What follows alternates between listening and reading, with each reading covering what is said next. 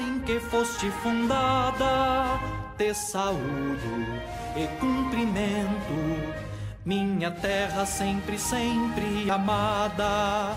Por ti, minha Mogi querida, das cruzes o símbolo cristão, darei a minha própria vida, de todo o meu coração. Por ti, minha Mogi querida, das cruzes o símbolo cristão, darei a minha própria vida, de todo o meu coração.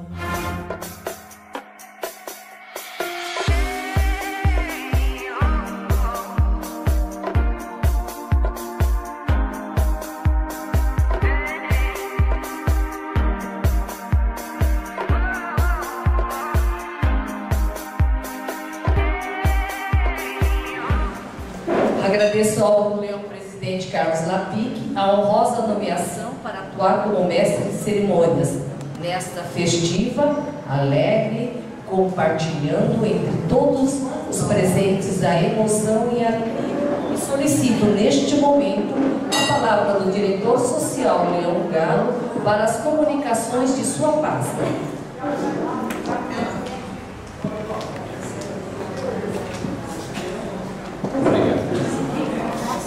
Aniversariantes do mês. Dia 3 foi a companheira Araci, dia 11, companheira Queru, dia 23, companheira Nair, 26, companheira Sônia, 29, Margarida. Não temos casamento esse mês. Hoje, o nosso prato principal será arroz de braga e no final nós teremos o bolo de aniversário. É só, presidente.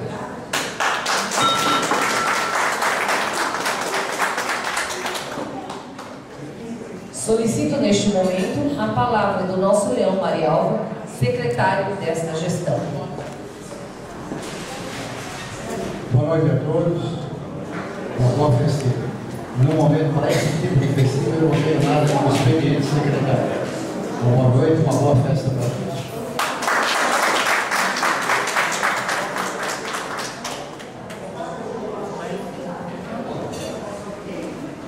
Neste momento, dentro do nosso roteiro, é a palavra da nossa companheira Marlene Soreira.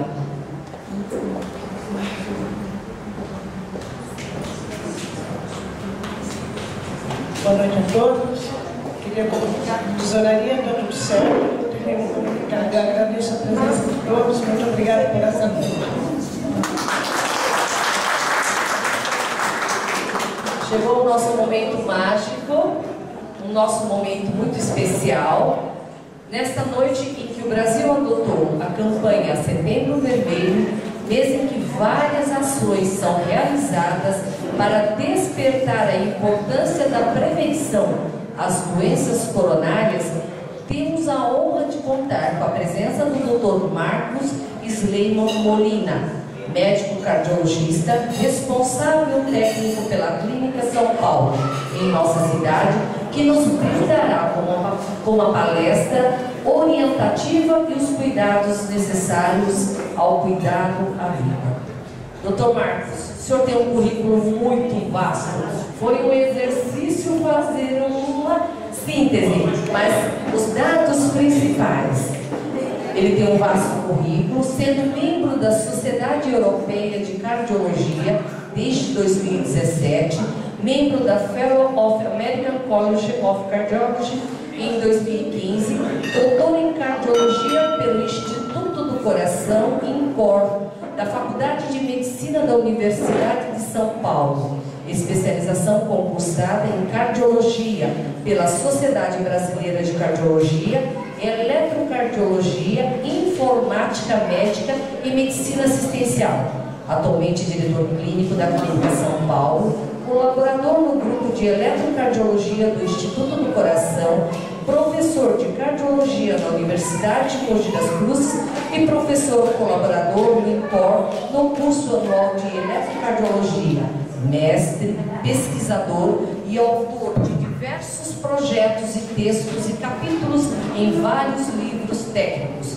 Esta é uma síntese do quão é um grande mestre, professor e um profissional renomado e que é referência em nossa cidade, São Paulo, Brasil e no mundo. Dr. Marcos, com a palavra, o senhor.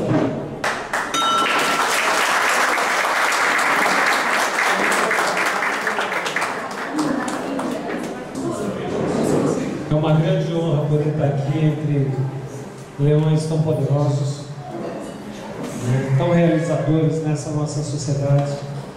Realmente me sinto feliz e honrado por ter sido convidado para essa noite tão festiva.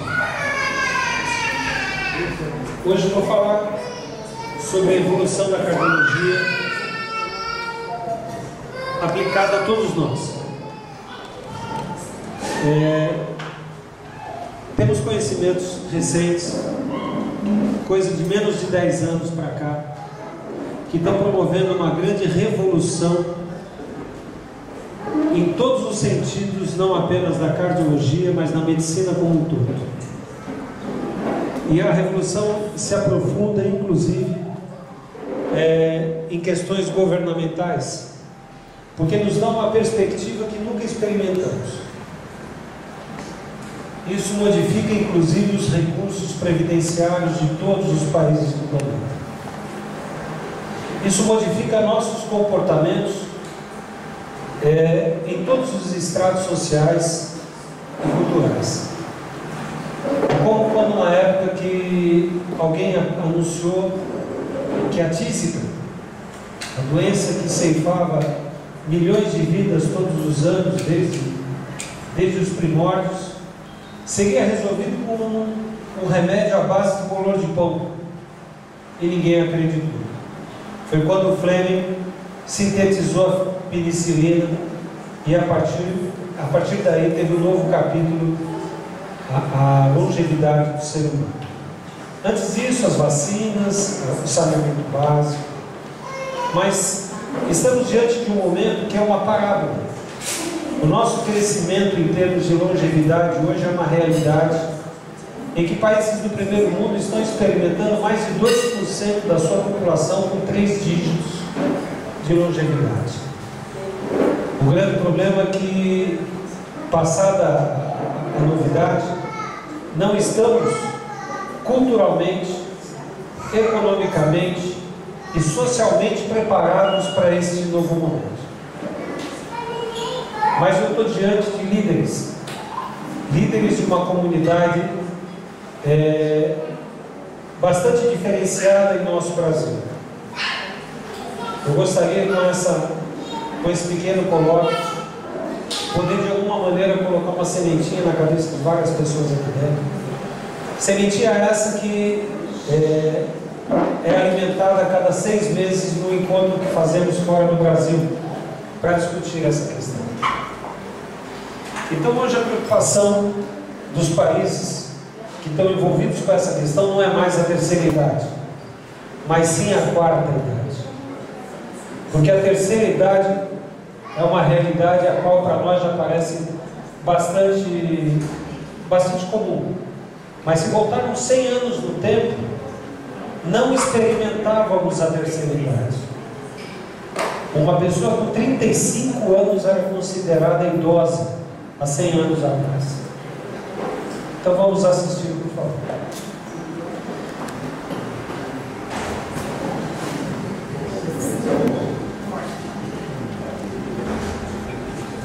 Na época de Hipócrates, 460 a.C., na época de Cleópatra, nas primeiras invasões e incursões romanas através da Europa, a expectativa de vida não passava de 18 anos. Não que não houvesse pessoas que atingissem a cifra dos 70 anos, mas a grande massa não chegava a passar da primeira infância.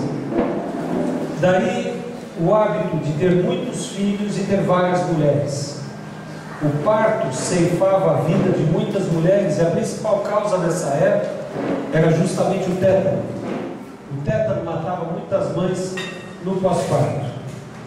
Levou 2.500 anos para 1905 atingirmos a expectativa média de 35 anos. 25 séculos depois, atingimos essa cifra. E vejam, eu acho que muitos daí no fundo não vão conseguir enxergar, mas esse jornal de 1908, da Folha de São Paulo, mostra que um ônibus entrou na casa humilde e foi apanhar a velhinha de 42 anos. 1908. Não precisamos ir longe, não precisamos nem acreditar nisso. Basta que voltemos no tempo. Lembrem-se quando éramos crianças.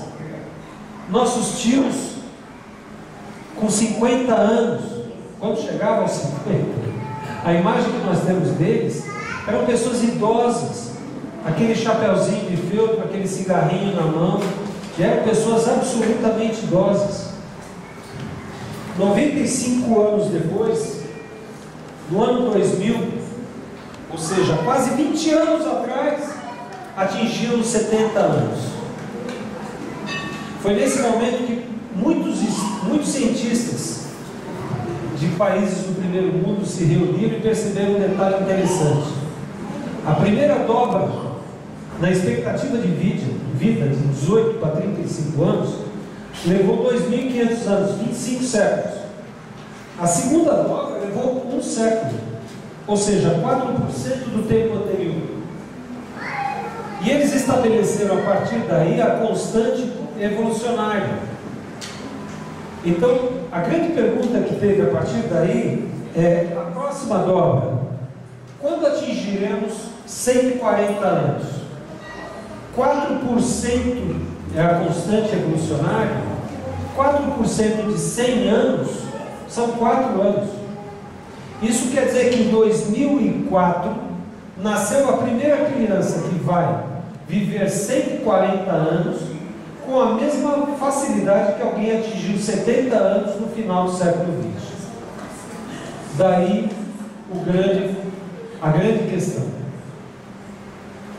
A longevidade é um problema aparentemente já resolvido. E com que qualidade de vida vamos viver? Se 4% é a constante evolucionária, 4% de 4 anos, que são 48 meses, são apenas alguns meses. Então, matematicamente, na prancheta, não morremos mais. Antes que as pessoas riam a respeito disso, devemos lembrar sobre células-tronco. Eu estou aqui com a minha esposa. Ela trabalha com desenvolvimento de projetos na área de células-tronco em lesão medular no Hospital das Clínicas da USP.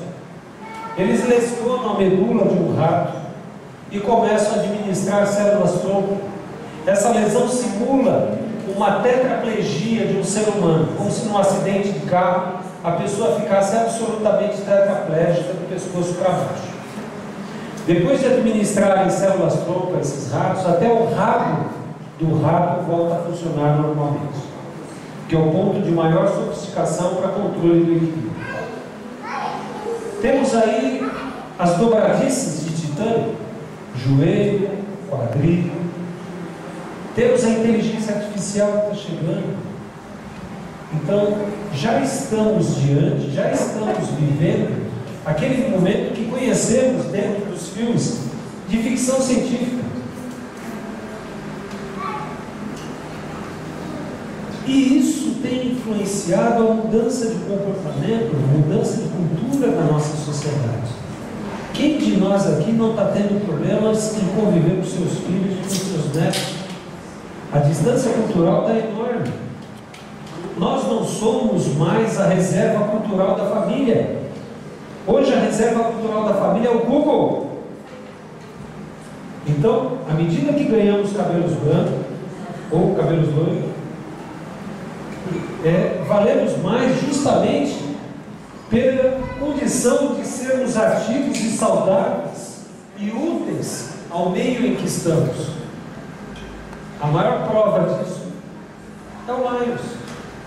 A quantidade de pessoas úteis aqui que já têm idade, entre eles eu. Então vejam que, em vez de sabedoria passiva, hoje estamos sendo cada vez mais cobrados na condição de participação ativa. E estamos de fato ajudando, inclusive, na educação de nossos netos, trazendo inclusive substrato emocional às famílias, porque os nossos filhos, os pais dos nossos netos, se ausentam e tem um mundo lá fora querendo adotá-los que nem sempre tem os nossos valores morais. Mas para que esse processo de consolidação de qualidade de vida a partir da terceira idade ocorra, precisamos de um tripé. Isso foi muito discutido numa reunião que tivemos em março nos Estados Unidos, em que eles simplificaram 3 aspectos básicos para que consigamos transitar na terceira e na quarta idade com qualidade de vida. A primeira delas, guardem bem, cultura. Não tem como vivermos mais e melhor sem cultura. A segunda condição, proatividade. Estamos cansados? Cada um de nós tem muitos exemplos de pessoas cultas que não têm proatividade e acabam sucumbindo. E o terceiro pezinho, como se fosse um banquinho caipira, recursos. Temos que ter plano de saúde, temos que ter condição de ter acesso a bons remédios, a fazer bons exames, para justamente manter o processo justamente de manutenção da boa saúde. A lesão não prevenida é mais cara, mais duradoura, mais complicada, tem menor solução, demanda maior transtorno familiar e para a sociedade também. E com detalhe, a sociedade hoje é cada vez menos tolerante com os displicentes. E não temos que pensar apenas na sociedade no sentido amplo. A própria sociedade familiar está cada vez menos amparando os seus velhos. Então, nós temos que realmente agir de maneira proativa a nos cuidarmos cada vez mais. Hoje, a proporção de idosos no ano de 2008 no Brasil era 10%. A perspectiva para 2050 é 25% da população. Idoso, nós consideramos estatisticamente aquele que tem mais de 64 anos. Em 1908 era 40 anos. Hoje no Brasil e no mundo, o infarto é a doença que mais mata. Hoje atinge quase 18 milhões de mortes anuais por conta do derrame e do infarto, que a gente considera doenças vasculares. Entre 1990 e o ano de 2020, vai haver uma dança das principais doenças que acometem o mundo, mas as 2 primeiras não vão mudar. É justamente a doença cardíaca e a doença cerebrovascular. Esse dado eu tive ontem diretamente da Organização Mundial da Saúde, e ele vem direto da Sociedade Britânica de Medicina. Ele mostra que a principal causa de morte no mundo são as doenças cardíacas e circulatórias. Em segundo lugar, o câncer. Em terceiro lugar, os problemas respiratórios. Em quarto lugar, doenças ligadas ao sistema nervoso central, distúrbios digestivos, rins e assim por diante. Mas o que colabora para essa alta taxa de mortalidade?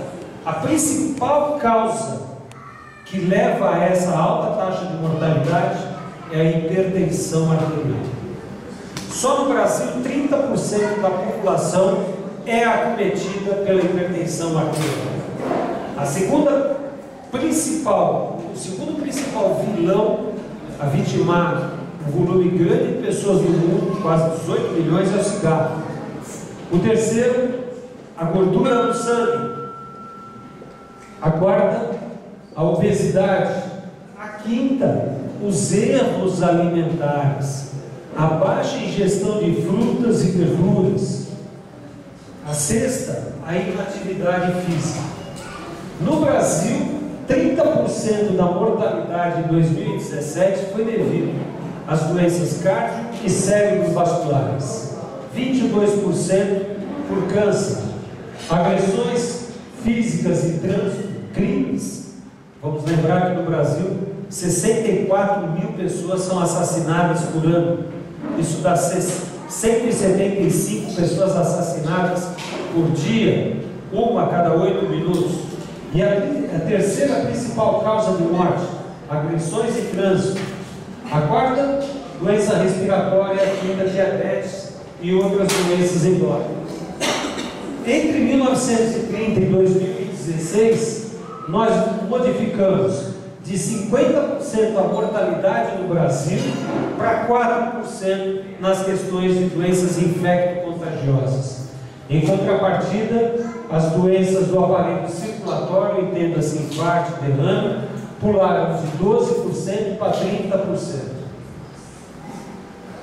Como se processa a doença cardio e cérebrovascular, a principal causa de morte no mundo? Nesse slide observamos exatamente o processo lento e progressivo de pavimentação do vaso sanguíneo por dentro por placas de colesterol, inflamando a parede do vaso sanguíneo.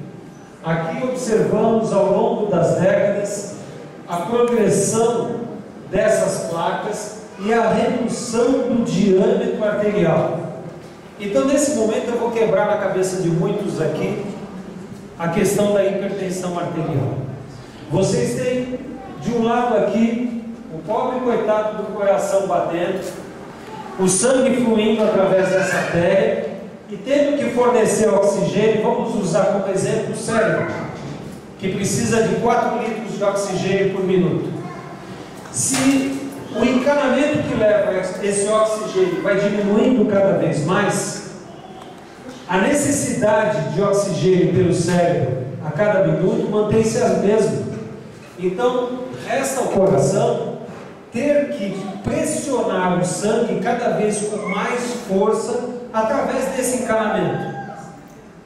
Então, quando tratamos a questão da hipertensão arterial, se numa situação como essa, em que a pressão sobe, através do mecanismo adaptativo pelo aumento da resistência na passagem do sangue, apenas dar remédio para baixar a pressão compromete a entrega de oxigênio no cérebro. Na verdade, o grande vilão do processo não está na pressão alta, mas sim no elemento que está reduzindo o diâmetro interno da artéria, causando aumento na resistência da passagem do sangue. Esse é o foco atual do tratamento da hipertensão arterial. Até porque, se apenas dermos remédio para baixar a pressão, a tendência é fornecer cada vez menos oxigênio ao cérebro e agravar cada vez mais a doença arteriosclerótica. Uma pessoa que tem infarto pela primeira vez, ela tem a chance de ter um segundo infarto de 5 a 7 vezes maior do que foi ter a primeira vez. E a pessoa que teve infarto uma vez, ela tem uma chance de 3 a 4 vezes maior de ter derrame do que uma pessoa que nunca teve infarto. Então, quando uma pessoa, essa é uma outra razão pela qual devemos prevenir esse tipo de ocorrência. Quando ela ocorre, a chance de ocorrer de novo é 400 a 600% maior do que foi a primeira vez. Temos que evitar logo a primeira vez.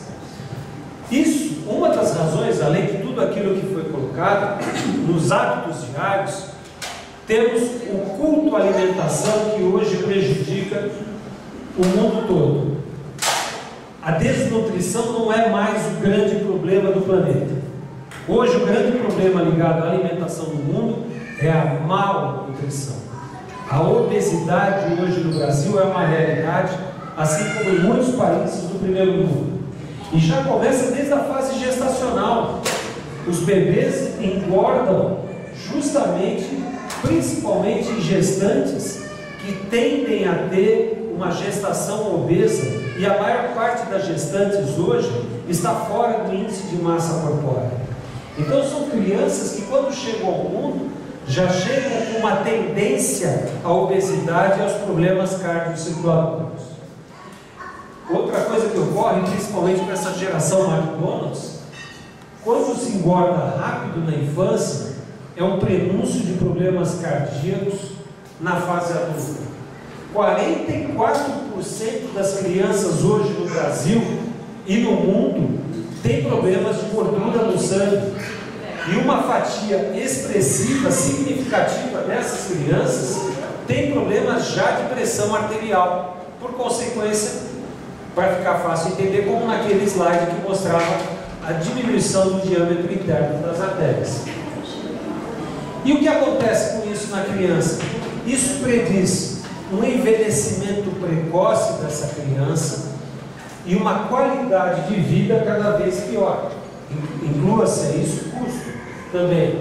O estilo de vida que essa criança adota não apenas vai interferir na questão cardiocirculatória, mas também metabólica. Antecipa, e daí a explicação do porquê o diabetes hoje está tão frequente, principalmente em idade. Isso define o seguinte: a maneira como se vive a fase jovem vai definir como se chegará à velhice. Hoje, quase 40% das brasileiras, das mulheres brasileiras, estão acima do peso, estão acima do índice de massa corpórea 24,9. O brasileiro hoje está preferindo se alimentar com açúcares e gorduras e está reduzindo cada vez mais a ingestão de frutas e verduras. Eu trouxe para essa estatística não apenas dados internacionais, mas dados nacionais, inclusive fornecidos pelo DataSUS. O estresse, isso tudo leva ao estresse precoce de todo o equipamento.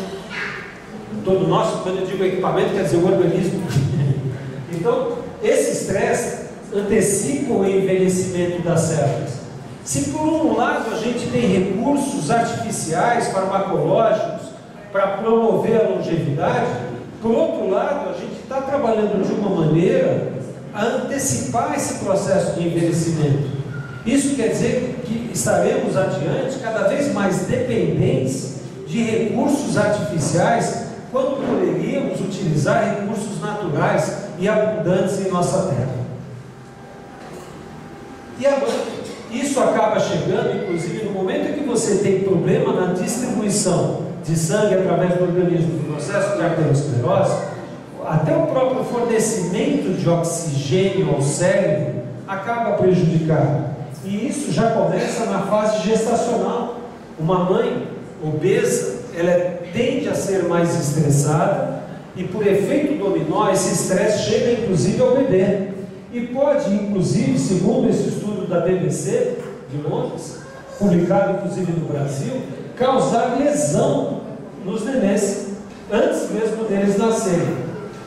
E quando nascem, por conta desses maus hábitos, muitas vezes por conta da vida moderna, da celeridade da vida moderna, nossos filhos e netos acabam ficando muito tempo diante da TV. A própria TV também contribui, antes dos 3 anos, para agravo dessa condição orgânica. Isso leva muitas crianças e adolescentes, especialmente aqueles adeptos daquele novo esporte que é feito com o dedo em celulares, sabe, a terem problemas sérios de insônia e depressão. Isso explica o alto índice hoje em dia de suicídio entre adolescentes, um índice cada vez maior.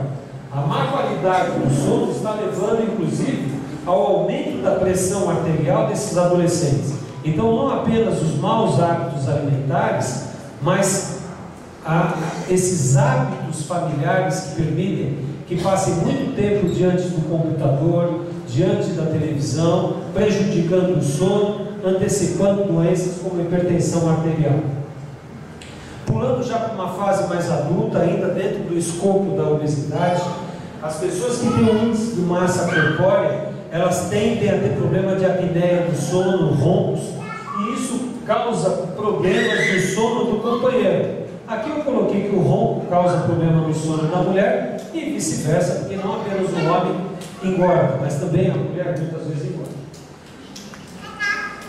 Essa questão da arteriosclerose esbarrando em questões comportamentais está fazendo com que o suicídio hoje, na fase adulta, seja um dos principais problemas na União Europeia. Países como o Japão hoje estão atingindo a cifra de 26% apenas de satisfação e felicidade. Tem alguma coisa errada no nosso projeto materialista, da nossa sociedade, da nossa cultura. Quase 50% dos professores brasileiros apresentam sintomas de depressão e de estresse. Aqui eu estou pregando para convertido, todos vocês sabem disso muito bem. 10% hoje da população da grande São Paulo precisa de tratamento psiquiátrico. E os cientistas têm provado a relação entre estresse e doenças orgânicas, especialmente entre as doenças cardiocirculatórias. O estresse está provado, ele tem um lado bom, e mais adiante eu vou mostrar no slide, ele tem um lado bom que ele promove o nosso desenvolvimento, mas quando em excesso ele provoca ataque cardíaco. E isso acaba levando a desavenças na família, entre casal, entre pais e filhos, e isso acaba encontrando fora de casa, inclusive, isso reverbera também no trabalho. Pessoas que têm problemas de convivência dentro de casa tendem a ser pessoas que também têm problemas, que causam problemas no trabalho. Então veja como hábitos que nascem lá atrás acabam desequilibrando a sociedade como um todo. Mas 43% das pessoas acabam se alimentando mais desse processo de depressão, de ansiedade, que nasceu lá atrás pelos maus hábitos, acabam comendo mais para satisfazer as suas emoções. E isso retroalimenta a obesidade que já está a caminho. Alguns aspectos podem ser modificados, outros não. Os aspectos que não podem ser modificados são a questão da idade, da etnia e do gênero. Mas gordura do sangue, hipertensão arterial, obesidade, diabetes, sedentarismo e tabagismo, sim, pode e deve ser modificado. Aqui uma porcentagem dos brasileiros que estão acima do peso entre homens e mulheres. Chega a quase 50% dos brasileiros atualmente. E já fomos um país de desnutridos. A amamentação, como podemos começar a trabalhar a solução desses problemas? Começando lá atrás novamente, estimulando o aleitamento materno. A amamentação beneficia a pressão arterial dos bebês, além da questão afetiva. O consumo de peixe, ao invés de carne vermelha e frango. Veja bem, quem conhece sítio, conhece fazenda, quem foi criado na roça, sabe disso muito bem. Uma galinha criada no terreiro, um frango criado no terreiro, leva 3 meses para entrar em corte. Em compensação, dentro desses locais, nessas granjas, com 29 dias já vão para corte. Fazendo uma proporção, seria como se uma criança de 5 anos pudesse dar à luz. Então, o que realmente estamos nos alimentando quando comemos muito frango? E isso se aplica também à carne bovina, para ganhar a roupa, sabe? O que eles põem no coxo, além do sal? Hormônio. Esse excesso de hormônio nas proteínas animais interfere em toda a questão metabólica nossa hoje em dia. O peixe ainda é o alimento mais limpo, e além de ter alta taxa de ômega 3, ajuda muito a questão do fósforo, ao combate do Alzheimer, ao raciocínio. Crianças alimentadas por peixe, inclusive, são crianças mais inteligentes. Vegetais reduzem, inclusive, o declínio cognitivo. Comer agrião, por exemplo, diminui, inclusive, o risco de câncer. Parar de fumar. Eu não vou nem me perder em falar aqui. Isso é chover no molhado, todos vocês já sabem. Não tem como continuar fumando. A inflamação dentro dos vasos sanguíneos faz com que o diâmetro arterial de quem fuma reduza pela metade. O estudo mostra que crianças hoje em dia precisam mais exercícios e não dos polegares, brincando com seus celulares.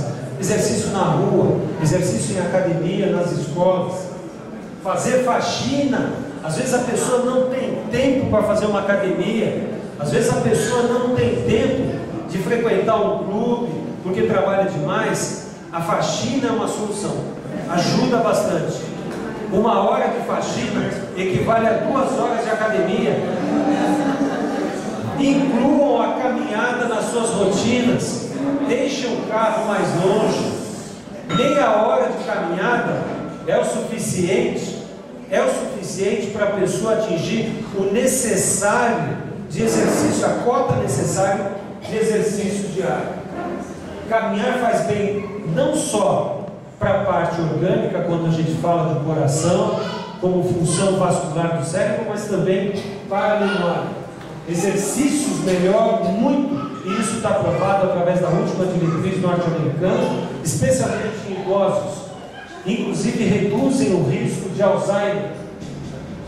Está provado que, inclusive, quando a pessoa faz exercício, o processo de envelhecimento, o declínio do envelhecimento reduz bastante. Os magros também. É uma questão muito comum em consultório, é perguntarem para mim se, já que eu sou magro, não fumo, eu como bastante verdura, fruta, eu também preciso fazer exercício? Sim, claro, tem que fazer exercício. O exercício estimula a circulação por todos os órgãos. Então aquelas placas de colesterol e triglicérides que vão gradualmente se pavimentando dentro dos vasos sanguíneos, com exercício físico vai se movimentando, vão se deslocando. A força muscular está inversamente proporcional a todos os tipos de câncer.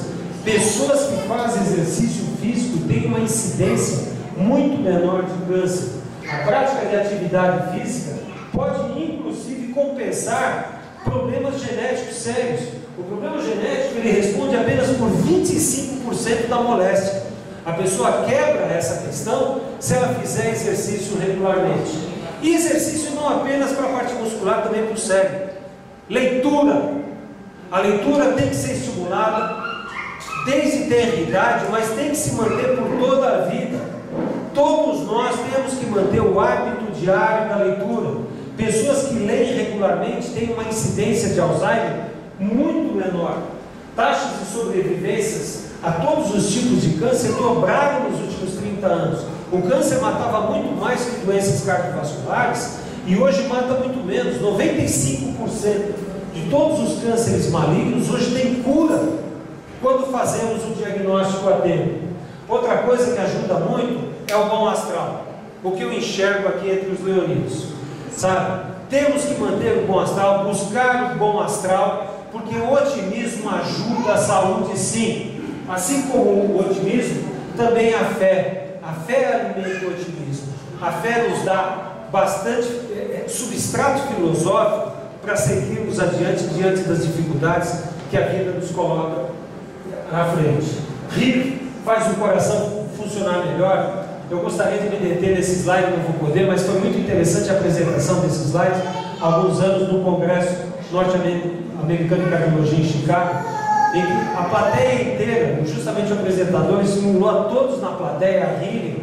Aí ele fez a apresentação, ele fez isso como prólogo e mostrou no trabalho dele. Foi uma felicidade contínua a apresentação.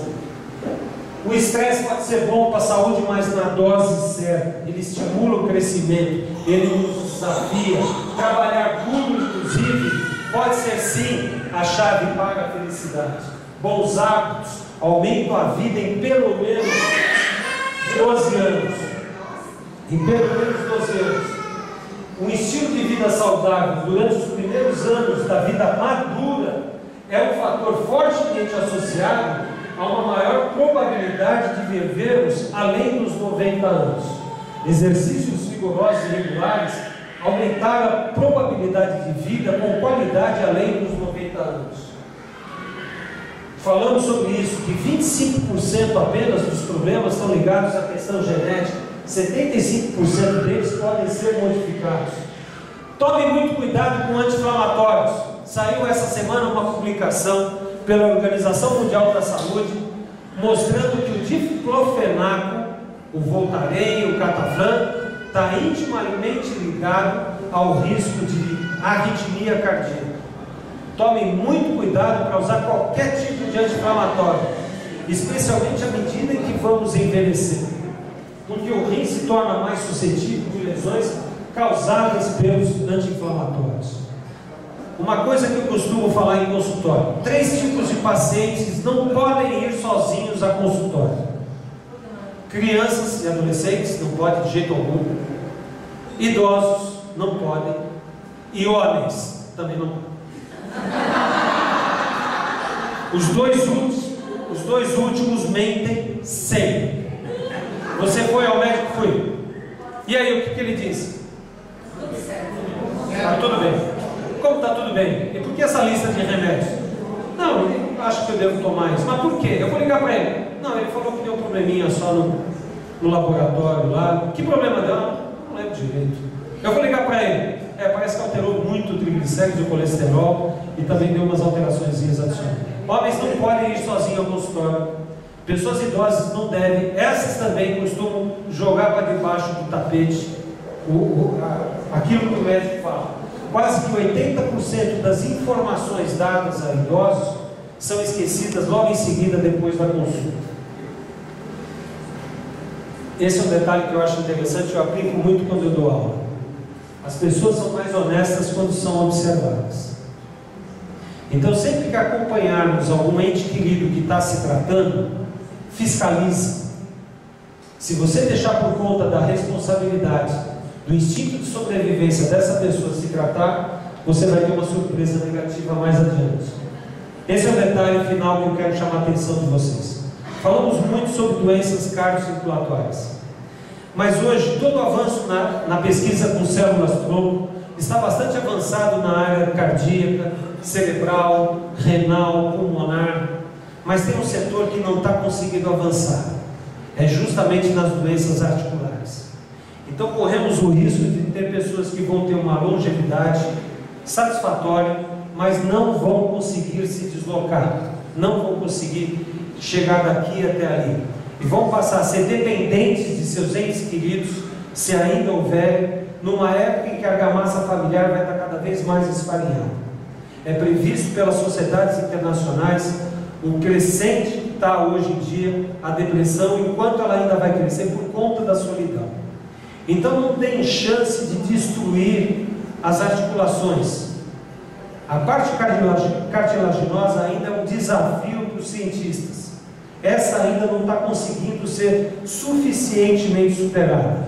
Hoje os fisioterapeutas com as novas técnicas têm conseguido remediar satisfatoriamente muitos casos, mas não todos.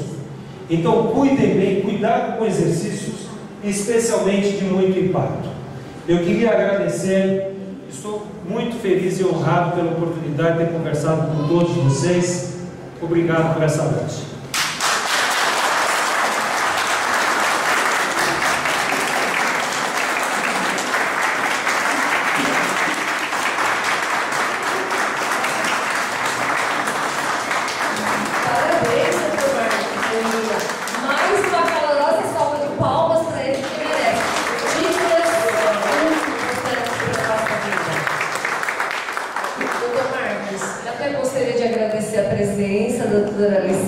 Sua esposa, muito obrigada pela presença, pelo carinho.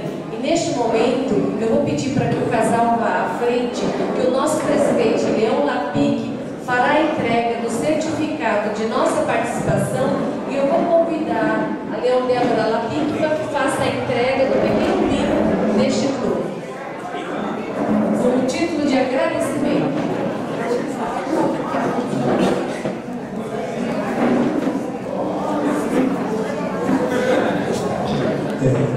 Eu tenho, doutor, classificado a terceira idade, tenho feito essa classificação brincando, definindo a terceira idade, a melhor idade, como sermos seminovos. Essa é a brincadeira que eu tenho feito com muita transcendência. Homenageamos a Clínica São Paulo e, em particular, nosso querido palestrante Marcos Sleima Molina. Mais aplausos e muito obrigado.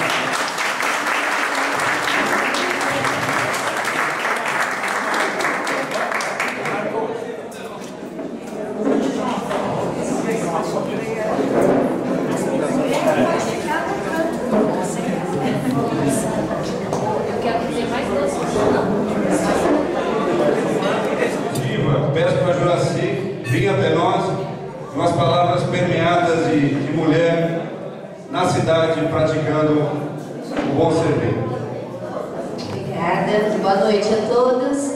Quero agradecer muito o convite e, como presidente do Conselho Municipal do Idoso, quero lembrar que na segunda-feira, dia 1º de outubro, nós comemoramos o Dia Nacional e Internacional da Pessoa Idosa.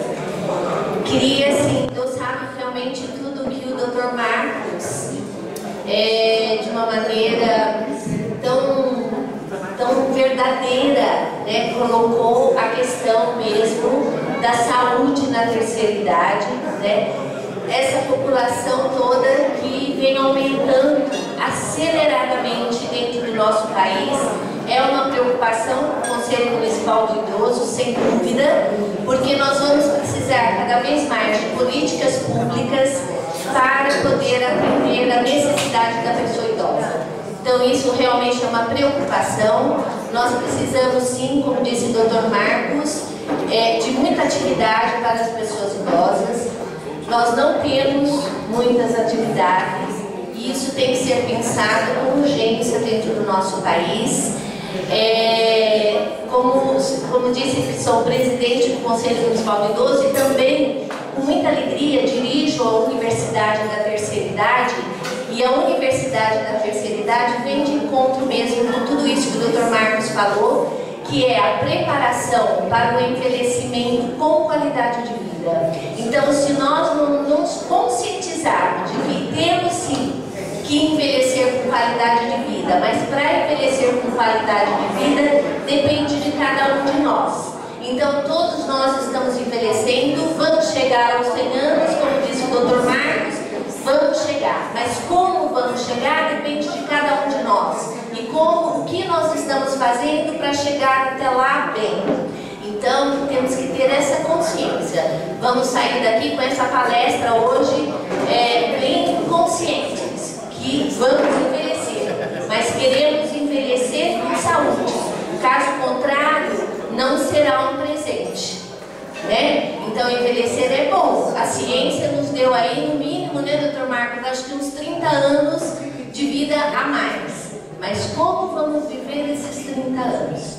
É uma pergunta que cada um de nós temos que fazer, tá bom? Muito obrigada aí pelos ouvintes.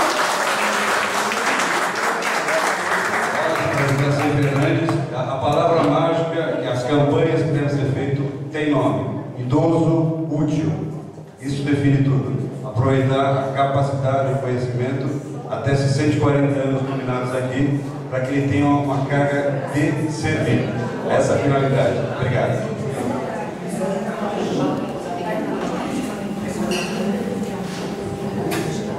Que foste fundada, te saúdo e cumprimento, minha terra sempre, sempre amada. Por ti, minha Mogi querida, das cruzes o símbolo cristão, darei a minha própria vida, de todo o meu coração.